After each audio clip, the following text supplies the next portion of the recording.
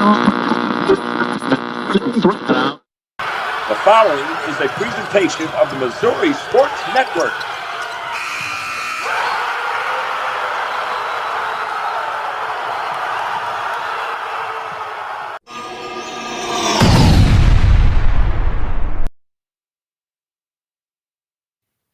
Hey, good morning, sports fans. Hey, it's April the 23rd, 2025, and it's episode 54 of Where Are They Now Wednesday. Certainly glad you have tuned in this morning as you look at some of the other dates on this date in history. In 1914, the very first game played at Wrigley Field in Major League Baseball. It was at that time known as Weigman Park, now Wrigley Field. Carl Hubble continued his streak in 1937 with a 3-0 win over the Boston Bees as his 17th straight win. And it continues for the league record, 24 victories in a row. On this date, 1939, Ted Williams hits his very first Major League Baseball home run. Speaking of home runs, hey, a reminder, you're watching the original Where Are They Now Wednesday. Don't be fooled by any of the Johnny-come-latelys. We started this. This is episode 54. We're well in through a year here, and Playing on Sports and the Missouri Sports Network are your sources for not only what Missouri high school talent does when they're in high school, but what they do when they get to the national stage of the NCAA. No one has more information for you than we do, and we really appreciate your attention and loyalty. And hey, do me a favor. You don't have to even tell two friends. Tell one friend. Hey, go to our YouTube page and like us, or subscribe, I should say. Go to our Facebook page and like us, and sign up and follow us on Twitter at Missouri_sports, at Scoreboard Guy, or at Playing on Sports. Hey, we couldn't do this without you. Otherwise, it'd just be Kent and I talking to each other. But hey, I know we've got a lot of viewers out there. A lot of people have responded to our Missouri Milestone, responded to our shows, and all of our shows. Hey, we're doing this for you because we appreciate you and all the hard work that not only you're doing as a coach, an athlete, or a college athlete or a college coach. We want to recognize you and make everyone in the state of Missouri and around the country aware of your accolades. So are you ready? Good, because Kent's done his homework for you. Kent, where are we starting off with? Well, with last week being episode 1 of season 2, we are now past our anniversary and into the steady rhythm of delivering content that is available nowhere else. We talk extensively about our research into what Missouri athletes do as they are fulfilling their dreams as NCAA athletes, no longer forgotten when they walk away from their high school graduation ceremony. Many go on to set records, earn honors, win games, win championships, both in their conferences and nationally. We like being the leader in bringing that information and those stories back home to you. We have been reviewing our athletes in both Division I baseball and softball. We will continue with that. We will also continue our rollout of Missouri Milestones. If you're not aware of our new project, you'll want to pay attention. If Missouri Milestones doesn't touch you directly, I'm sure it will include someone you know and interact with, or have known in your past, or perhaps someone you have known in the past and have forgotten about and not thought of for some time. So buckle up and get ready for episode 2 of season 2. We will get to it right after these messages. Hi, I'll have the avocado toast minus the avocado. So, toast. Yeah. Everything is so expensive these days. Hey, Chevy gets it. That's why they're keeping prices down to earth, like on the most affordable EV in America. A super strong and capable Chevy truck. And a high-tech Chevy SUV. Why is Chevy making affordable vehicles connected by OnStar? It's so together we can do more. We believe banking should make your life greater. It starts with affordable options to meet today's needs and tomorrow's dreams. From smart account options that fit your style to flexible loans for what comes next. It means convenient ways to access and manage your money whenever you need it and wherever you're headed. Most of all, it takes great support. Someone you can count on for trusted guidance and to be there for you every step of the way. Great options, great convenience, great support. For life. Great Southern. Hey, welcome back to Where Are They Now Wednesday here on the Missouri Sports Network, MissouriSportsNetwork.com, where everyone has a home field advantage. You're listening to episode 54 or season 2 episode 2 of Where Are They Now Wednesdays, presented by Chevrolet and the Missouri State Highway Patrol, who remind us, hey, take that 3 seconds and buckle up. It's 3 seconds that could save your life. Be safe, be smart, and be here tomorrow. Where are we going first? Well, we're going to go first with Division I baseball. And being in Missouri, we'll start here in the Missouri Valley Conference. Matt Shark is a redshirt senior infielder out of Francis Howell, playing his college ball at Southern Illinois University. Matt started his collegiate career at Jefferson College. After transferring to Southern Illinois, he was quickly recognized as a member of the Missouri Valley Conference honorable mention team. Unfortunately, an injury sidelined Matt for all but 4 games last year, but he's back in 2025. He has started all 39 games for the Salukis and is second on the team in batting at .321. His 1.066 on-base plus slugging is the highest on his team, as is his 160 at-bats, 42 runs, 53 hits, 12 home runs, 50 RBI, and 105 total bases. On the mound for the Salukis is Tyler Timmerman. He's a junior right-handed pitcher out of Liberty High in Wentzville. Tyler is in his first season at Southern Illinois after working on the mound for 2 years at St. Charles Community College. In this last weekend series with Belmont, he got the start and went 4.2 innings, striking out 4. He got the win and is now 4-2 for the season. In that same game last Thursday, Matt Shark, who I just mentioned, got 1 hit, and it was a double, knocking in 3 runs in the second inning, putting the Salukis ahead for good. Staying in Illinois, but jumping to the Ohio Valley Conference, we find Lane Crowden. He's a graduate student infielder out of Jackson High, playing at Southern Illinois University at Edwardsville. Lane, too, is a transfer. He spent his first 2 years of college ball at Three Rivers Community College. He most recently played at Southern Indiana for 2 years before making the intra-conference leap to SIUE. That has worked out well for both Lane and the Cougars, as he has increased his batting average 75 points to .313, the second best on the team. He also has the second most stolen bases among all the Cougars. Lane led his current team in a 3-game series against his old team this last weekend. The Cougars took 2 of 3 from Southern Indiana to be 10-5 in the Ohio Valley Conference play. In the last 2 games against his former teammates, Lane went 2 for 5, scoring 4 runs, knocking in 3. His 3rd inning home run on Friday was his 2nd of the season. Southern Illinois at Edwardsville has a freshman showing great promise on the mound. That is Tim Tahara. He's a freshman out of Liberty High. Tim has the team's most starts with 10. He has 3 wins versus 2 losses. Tim leads the Cougars in strikeouts with 46 so far this season. He got the start against Southern Indiana last Thursday, going 7 complete innings. The former Blue Jay gave up just 5 hits and struck out 7 as he got the 3rd win of his freshly started Division I career. This took place back in mid-February, but it deserves note. It's always good and memorable when you get the win in your first Division I mound appearance. Getting that done was Micah Worley. He's a junior left-handed pitcher out of Principia who is now at Stony Brook University in the Coastal Athletic Association.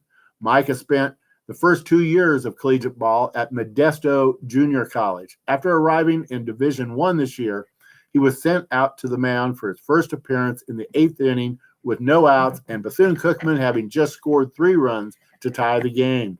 Micah faced 9 batters, not giving up a hit and striking out 3 in 2 innings, allowing the Seawolves the time to score 3 runs in the 9th, which led to Micah's first Division I win in his first Division I appearance. Another pitcher to not be where he went immediately after high school is Tommy Lepore. He's a sophomore right-handed pitcher out of Blue Springs South. He's at Texas Christian University now, which is in, of course, the Big 12 Conference.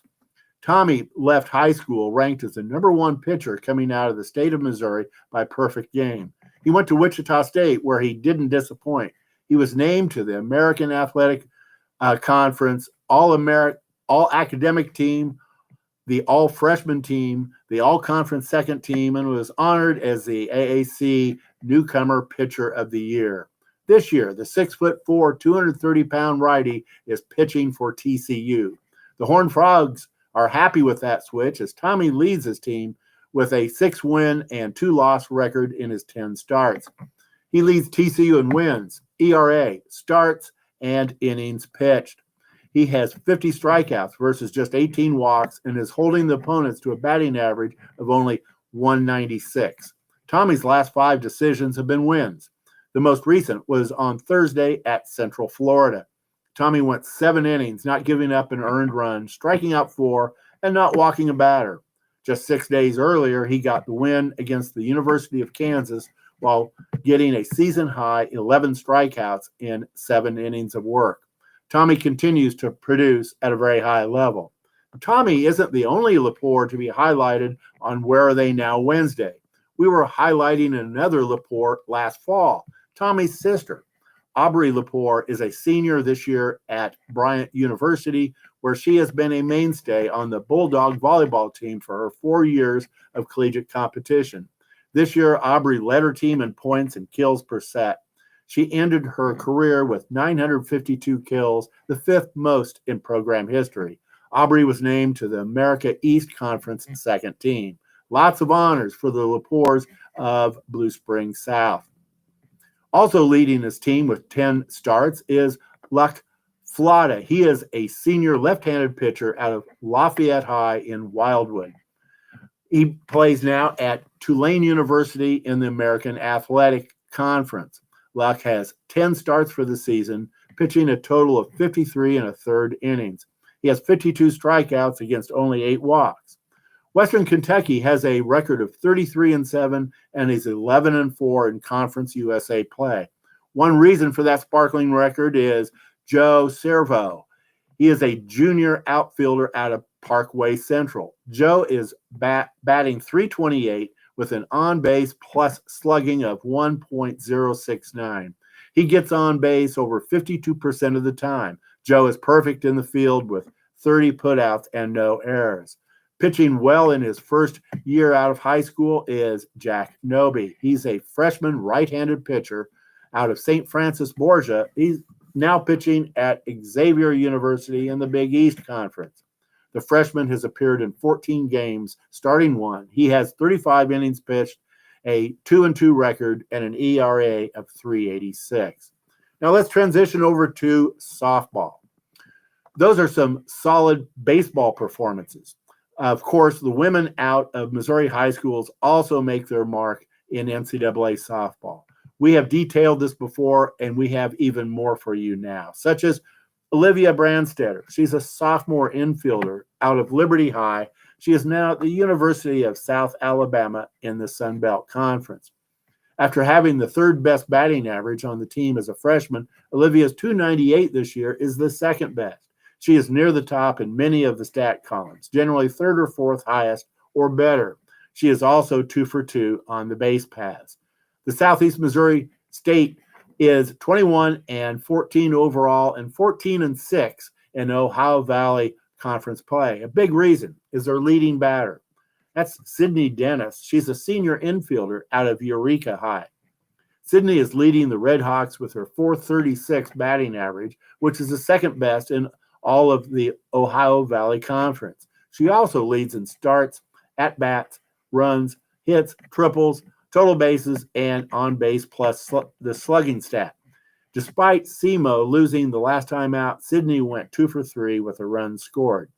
And here is something unusual for this day, a player at the same school for 4 years. That would be Piper Montgomery. She's a senior catcher out of Windsor High, playing at Southern Illinois University in Edwardsville, which is in the Ohio Valley Conference. Not only is Piper playing that grilling catching position, she has started 40 games this season, has the team's 2nd highest batting average at .320. Piper has 170 putouts and 5 assists with no errors. That's a fielding average of 1,000. A Missouri athlete who successfully went from being a Bronco to a Husky to a Volunteer is Kenzie Fiedler. She's a senior outfielder out of Lee Summit North. She is now at the University of Tennessee in the Southeastern Conference. Kinsey played 3 years for the Washington Huskies, where she was on the Pac-12 all-freshman team and went on to average .283 at the plate for her 3 years there. Her junior year saw her kick it up to a .336 at the plate. This year at Tennessee, Kinsey is second among the Volunteers in batting at .383.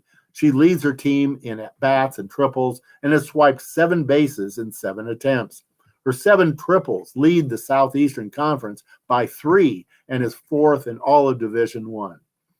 That's contact plus speed. And no discussion of Division I softball would be complete without 2 Missouri Longhorns. I don't mean Parkway West Longhorns this time, but Texas Longhorns. Ashton Maloney is a redshirt junior. She's an outfielder out of Liberty High, and she is playing at the University of Texas, which, of course, is in the Southeastern Conference.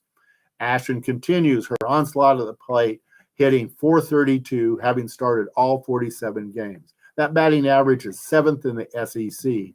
She leads in at-bats and hits and is second in runs scored for the number 3 Longhorns. She also is a perfect 39 for 39 in putouts while in the outfield. On the mound for Texas is Mac Morgan. She's a senior right-handed pitcher out of Sherwood. Mac has started 13 games, the second most of all the Longhorns. She also has a save in her 6 appearances in relief. Mac now has 41 wins in her Texas career. She also has surpassed 150 career strikeouts. As noted earlier, the University of Washington lost a great talent when Kinsey Fiedler transferred to Tennessee, along with her .383 batting average. But the Huskies simply restocked with younger Missouri talent. Sophie Mazzola is a freshman infielder out of Eureka High. She's now playing at the University of Washington as a Husky, which is now in the Big Ten Conference. The Eureka freshman has started 40 games so far this year. She is batting .291 and has stolen 12 bases in 13 attempts. In Sophie's last series this weekend at Michigan State, she went 3 for 7 at the plate, scoring a run and batting in 2. Another Missourian having a great year behind the plate is Tristan Head. She's a junior catcher out of Wright City. She is now playing at Western Michigan in the Mid-American Conference. After transferring from Tennessee Tech, Tristan has found her home at Western Michigan. The junior has been a warrior behind the plate and still has the endurance to be second on the team in batting at .357. And in her 7 home runs and 7 doubles, and you get her team leading .643 slugging percentage. And that leads to her team leading 1.026 on base plus slugging stat. And on top of all that, she is 4 for 4 on the base paths. Texas A&M took their number 1 ranking to Columbia last week for a 3-game series with Missouri. The Aggies took the first 2 games. Missouri entered Game 3 of the series with a 3-14 record in the SEC. Then the Missouri talent took over. Julia Crenshaw, the senior catcher out of Fort Zumwalt West, led off the Tiger half of the first inning with her 12th home run of the year. Kara Daly, the senior shortstop out of Jeff City, then hit her 10th home run of the year, scoring 3, including Abby Hay, the sophomore first baseman out of Rockbridge, who had gotten on with a walk. Kara Daly came back in the 3rd with a run-scoring double. When the 5th inning rolled around, Kaylee Langer, the center fielder out of Liberty North, hit her 4th home run of the season deep to left field, scoring 2 more runs. Sierra Harrison, the junior righty out of Lee Summit North, started the game for the Tigers, going 3 innings, giving up only 1 run to the nation's number 1 team. All told, for the Missouri talent at the plate in this game, they got 5 hits in 7 at-bats, scored 3 runs, and batted in 5 more. They drew 2 walks, hit a double, homered twice, and Abby Hay advanced a runner with her sacrifice hit. That was Missouri talent defeating a number 1 team for the 2nd time this season. It was Oklahoma earlier this season. This time, they defeated Texas A&M 9-1 in 5 innings. Now, we're going to go to a break to hear from our sponsors. And when we get back, we're going to talk some about Missouri milestones. The Walnut Street Inn is located in the heart of Springfield on historic Walnut Street. just blocks away from the Missouri State campus, Hammonds Field, Great Southern Arena, and downtown Springfield. The Walnut Street Inn features newly remodeled rooms, breakfast served daily, and a friendly, accommodating staff. The Walnut Street Inn is also a great venue for private events. Book your stay or get more information at walnutstreetinn.com or call 417-864-6346.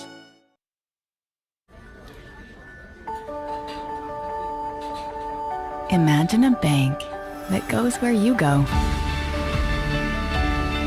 creating seamless solutions for every step in your financial journey, allowing you to manage your money the way you want to, with a banking relationship that makes every day extraordinary. Imagine a world full of possibilities, always within reach. Central Bank. We do banking better. The innocence of youth. Is there anything any better? But soon they'll be in high school and facing all the same challenges you faced. How to make friends, how to fit in, how to be cool. We want our children to have everything they'll need to live fulfilling and productive lives.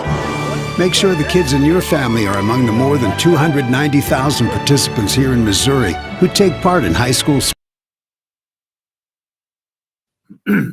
Hey, welcome back to Where Are They Now Wednesdays here on the Missouri Sports Network, MissouriSportsNetwork.com, where everyone has a home field advantage. Guy Newcomb alongside Kent Mueller. And going into the break, you talked a little bit about the Missouri milestones, and I can't believe the reception that we've got. You know, we're 2 months into this, just over 2 months into this. The list has continued to grow. We're getting emails every day from people. And coming up after the break, the last break in this show, we'll get to catch up with a 1963 CBC graduate, Jim Gummersbach, here and talk a little bit about his experience. And going back, we got to visit with Kim Scammon a few weeks ago, who's an 82 graduate on the women's side. It's been a thrill for me to kind of catch up with, and I know you've gotten a lot of responses. And where are we now with that list? And it's continued just to grow every day. Well, I have well over 1,700 athletes on the two lists. I've gotten those in several different ways. I have only been able to contact a minority of the schools directly to get their lists. And I really appreciate the schools wanting to help us recognize their current and former students. I also enjoy receiving a list of 1,000-point scores from someone I have yet to ask. They saw what we were doing and sent me their list. That is great. And perhaps the ones I enjoy the most are when I hear from an athlete themselves. We know this is important for each of those athletes, and that is a big reason why we are going to this effort to build and maintain this one-of-a-kind group of lists. Well, and I've had the great pleasure of interviewing several, not 1,700, but several of these folks that's on this list. We talked a little bit about Scott Brakebill in recent episodes, who played here at Bolivar. Jeff Gio's son, Preston Gio, is on that list. He also played at Bolivar. I'm working on getting some stuff from my high school. Mount Vernon, I don't think, is represented on the list on the boys' side, maybe just one or two, but I know that there are many more people. Thomas Brock is on that list, I'm sure. His brother, Matt Brock, is on that list. He scored probably most of his points at Camdenton.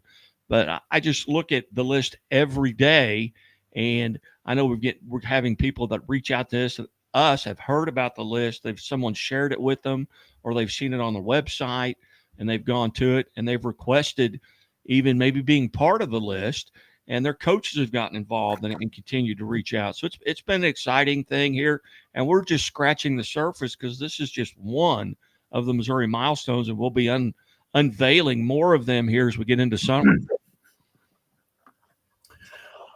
And there are some names that are well known to a lot of people, and there are names not as well known, but perhaps should be. Of course, some names will be higher on the list than others. That's the way lists work. And some will be a lot higher than others on the list. But that doesn't mean others are necessarily lower. Each and every one on the list achieved a significant event in their career and for the sport. It doesn't matter where you are on the list. You are a member of the 1,000-point club.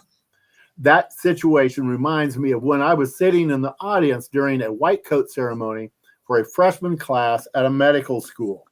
The dean of the school was welcoming all the new students into the med school and said that while all will work hard, they all can't finish first in the class. Only half will be in the top half, which means half of them will be in the bottom half of the class. This was a shock to some of those future doctors, as they were used to being right there at the top of their class. But much like our Missouri milestones list, then she asked what they call the one who graduates last in the medical class. So there's a name for that person. Her answer was, well, they call that person doctor. My point is that if you are on our list, you have achieved a significant spot, no matter where you are on the list, and receive our applause as a member of the club. Among those people, number 6 on the boys list is Bill Bradley out of Crystal City. A whole book could and has been written about Senator Bradley's life. Number 18 on the boys list is Ryan Robertson out of St. Charles West. Ryan scored 2,751 points while in high school before going on to play 4 years at the University of Kansas. He was drafted by the Sacramento Kings in the second round of the 1999 draft. Number 29, Joe Klein, scored 2,521 points for Slater High before playing his college ball 1 year at Notre Dame and then 3 years at Arkansas. Like Ryan Robertson, Joe, too, was drafted by the Kings in the NBA draft. Number 37, Anthony Peeler, scored 2,477 points while at Paseo High. He went on to star at the University of Missouri before the Lakers drafted him in the first round. Since then, Paseo changed missions as a school and dropped sport. They have once again formed an athletic department and has started competing once again. We look forward to listing the next Paseo student to score 1,000 points. And going back a few years, there is number 126, DJ Tweedy, a 1977 graduate of Stet High. That's S-T-E-T. He scored 2,076 points while in high school. I don't know when that high school closed, but Stet is an unincorporated community in Ray County. If anyone knows about Stet High, and even more importantly, DJ Tweedy, please let me know at playingonsports@gmail.com. That's a part of history we want to know. And when we know it, we will relay it to all of you. Guy, those are just a few of the top 126 on the boys list, and there are 830 others. Well, and that's just the boys list. If you look now, we're going to talk a little bit about some of the girls. I've had opportunities to visit, interview, going back to Hannah Wilkerson, even into Casey Garrison's on that list just recently in the last couple of weeks. Got to sit down with Addison Bjorn, whose number is going to still keep going up because she's just a junior. So what about some of the other girls that are on that list? I know you've got there has to be a Haley Frank, on that list. Had the opportunity to sit down with her and her sister and their dad, who was their head coach in high school. Yes, number 11 on the list is Haley Frank out of Stratford High. Haley didn't stop scoring with her 3,003 high school points. She scored another 2,017 for the Missouri Tigers. 900 of those collegiate points came from the 300 trays she made while shooting over 41% from the arc. Number 239 on the girls' list is Lauren Gregory. She got her 1,599 career points at Oliver, having graduated in 2005. She is one of 14 Liberators on the girls' list. We have 5 on our list from Midway High. One of them is number 274, Becky Pfeiffer, who graduated in 1998 after having scored 1,524 points in her high school career. And going back just a few years is where we find number 196, Kim Scammon. She scored 1,762 points at Rockport High before starring at Northwest Missouri State, where she is still on a number of the Bearcat all-time leaderboards. Guy and I had the good fortune of being able to interview Kim a few weeks ago, as Guy mentioned earlier. She gave us interesting insight into those who played back then, but also what it was like before the three-point shot, and also when the girls still played with a larger ball made for the boys. Kim also did another thing for us. At season end this year, she emailed me about her niece. Because of Kim, we also have number 453, Abigail Malloy, who will graduate from South Harrison next month. Abigail ended her great Bulldog career having scored 1,225 points. Guy, that is just a sampling of what we have already, and there will be so many more, each with their own story to tell. And that is a part of what Missouri Milestones is all about. And talking about each story of theirs to tell, coming up after this break, we'll be sitting down via phone call, will not be a video, with 1963 CBC graduate Jim Gummersbach, who played in the same era as my father, just 2 years behind him, and they grew up together playing baseball. So it's going to be a great thrill for me to get to visit with Mr. Gummersbach following this brief Chevrolet commercial. Step into the new when you drive a Chevy. It's time for a fresh approach and a new perspective, and find the Chevy that's right for you. Find new experiences, find new roads. Chevy. Hey, welcome back to the Where Are They Now Wednesdays here on the Missouri Sports Network, MissouriSportsNetwork.com, where everyone has a home field advantage. And as always, brought to you by the Missouri State Highway Patrol, who reminds us to take that 3 seconds and buckle up. It's 3 seconds that could save your life. Be safe, be smart, and be here tomorrow. Well, I've been looking forward to this interview for a long time. All my life, I've grown up hearing the talks about Heine-Miney Field and Hoffmeister baseball, and the names of Jimmy and Tommy Dix and Bob and Dick Swift, Tom Eckelman, Richie Grauer, and this gentleman, Jim Gummersbach. Mr. Gummersbach, it's an honor and a privilege, and welcome to the show. Well, thank you very much. Thanks for inviting me. Mr. Gummersbach, I mentioned those names at the beginning. What memories do those bring back to you? Well, Heine-Miney Park was always a kind of a landmark in St. Louis. I was involved with the park after I finished playing down there, running little league teams and things. And it's just been probably, other than Busch Stadium in St. Louis, probably the most well-known park in the city. And they've had Legion tournaments down there, high school games, state championship games. It's got quite a history. My dad grew up on the hill there and went to Afton High School. And every time we would go to St. Louis, we'd go by Heine-Miney, and the old Johnny Mac's sporting goods store, I think, was in front of it. And John McAllister, I think, was an umpire in that league that you and Dad played in. I know Dad was a couple of years ahead of you. I think Dad played with your brother Joe. Right. What memories of that? When you talk about the names, maybe Richie Grauer, Tommy and Jimmy Dix, Bob and Dick Swift, who were also CBC grads. Correct. Yes. Well, there were some guys that would play in that league. I played in the league right out of high school. After my Legion career was over, and then we played it. We played against. There was a lot of ex-professional ball players playing down there.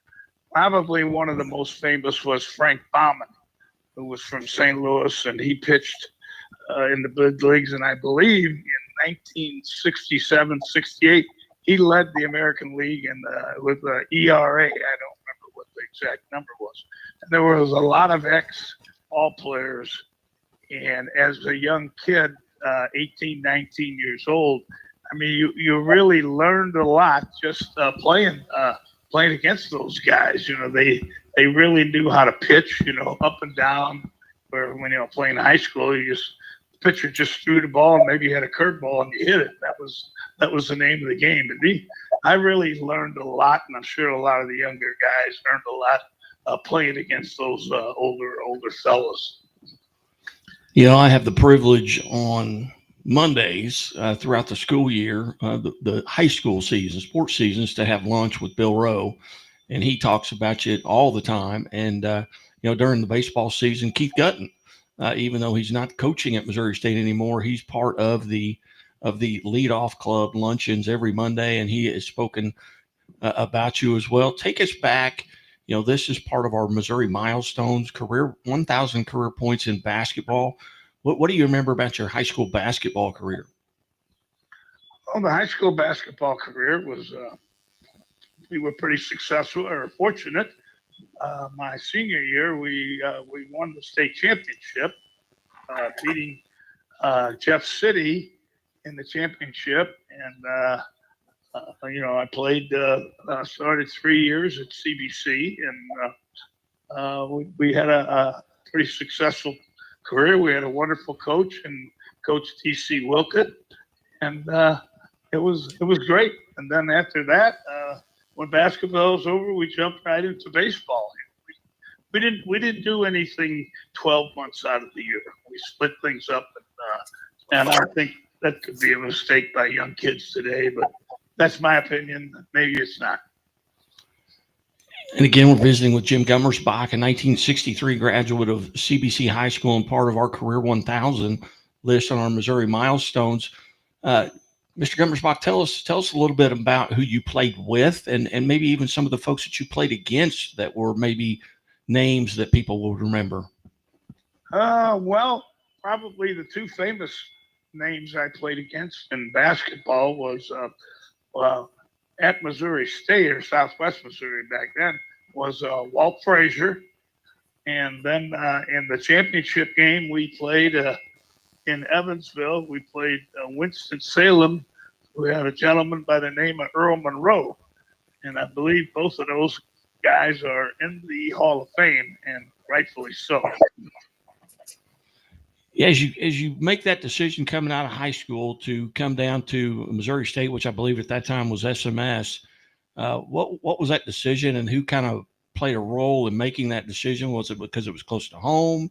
What was that? What went into that decision? I'm sorry, what was that question again? When you made the decision, you came to Southwest Missouri State. What went into that decision? Well, actually, I didn't go there.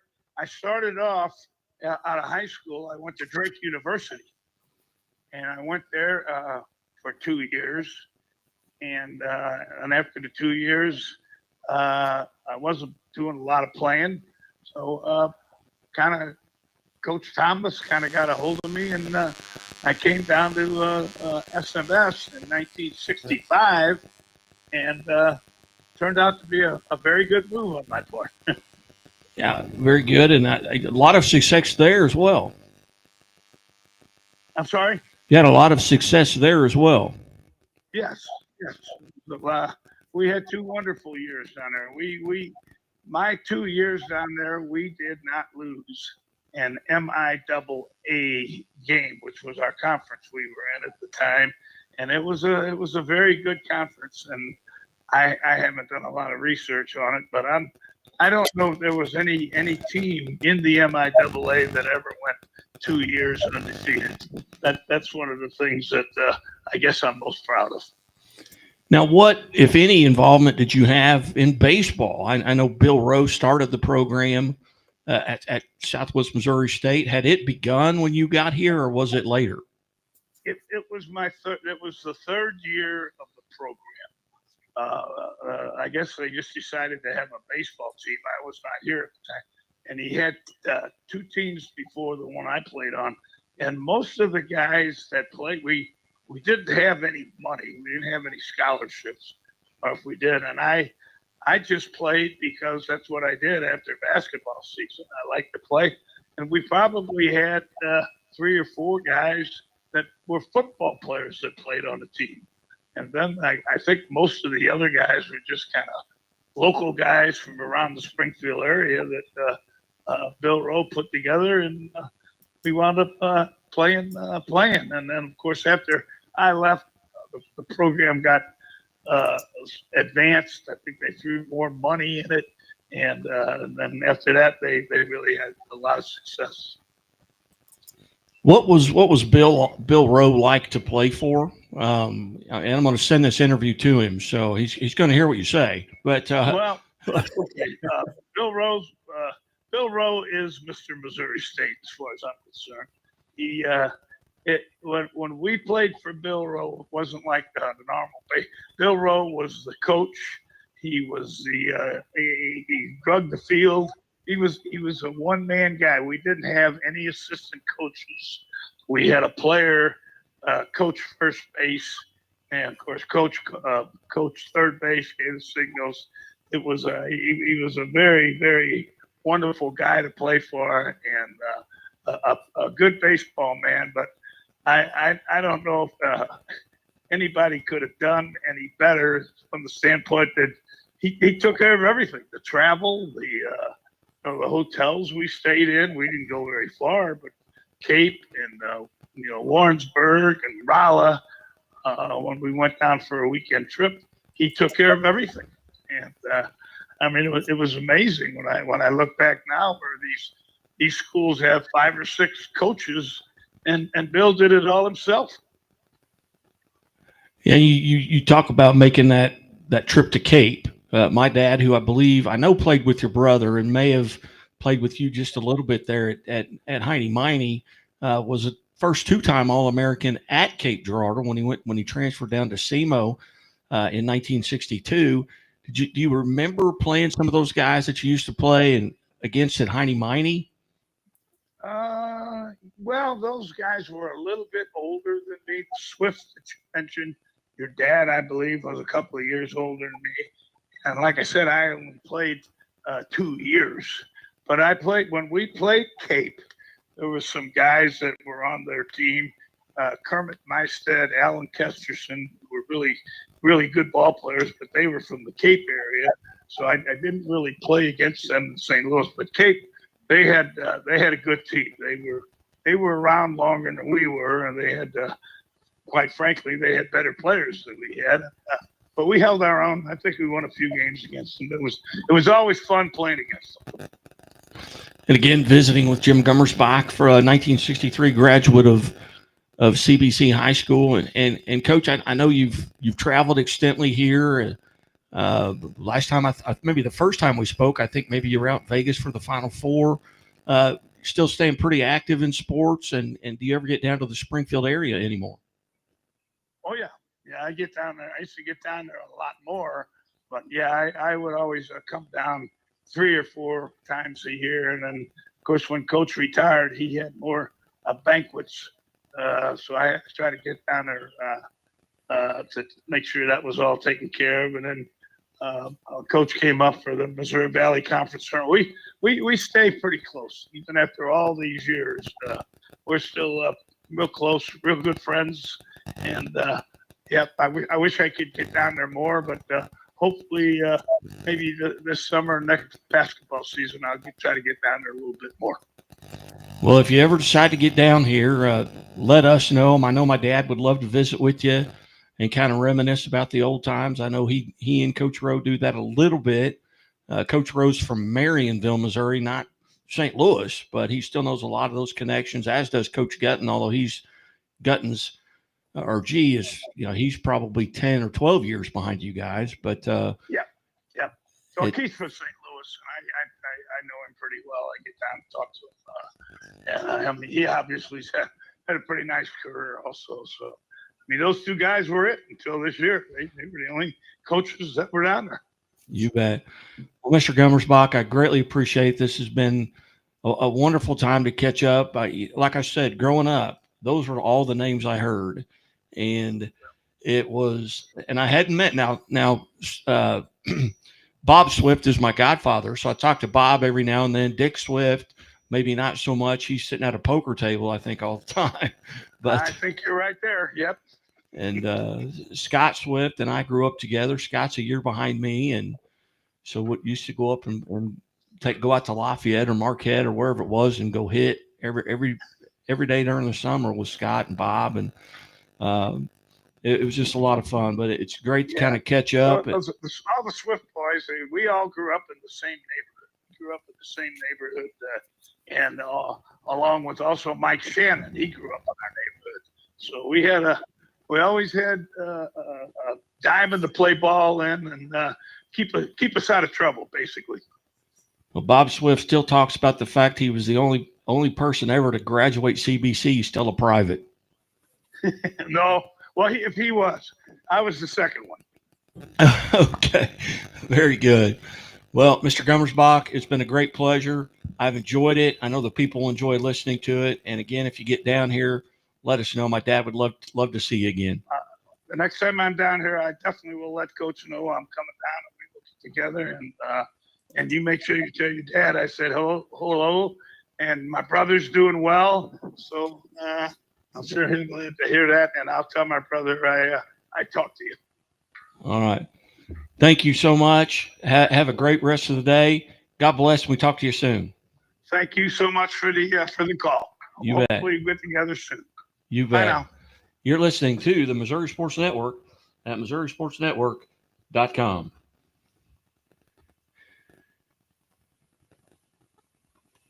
All right, Kent, you still there? Yes. All right, hang on.